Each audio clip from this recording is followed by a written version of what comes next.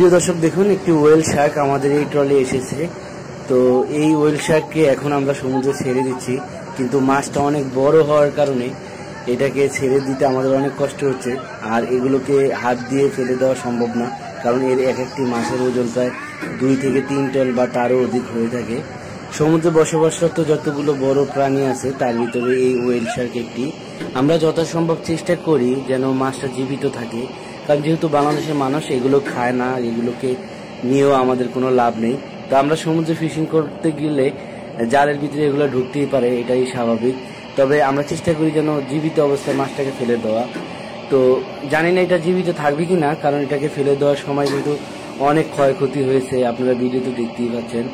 আমি আশা করি যেন এটা জীবিত থাকে, মহান আল্লাহ পাকের প্রতি দোয়া করি যেন এটা জীবিত থাকে, কারণ এই ধরনের প্রাণীগুলো সমুদ্রের জন্য উপকারী, কারণ এগুলো মানুষের তেমন ক্ষতিও করে না। আর দেখুন, আমরা এখন সফলভাবে এটাকে ছেড়ে দিতে সক্ষম হয়েছি। তো আপনারা সবাই দোয়া করবেন যেন এটা জীবিত থাকে।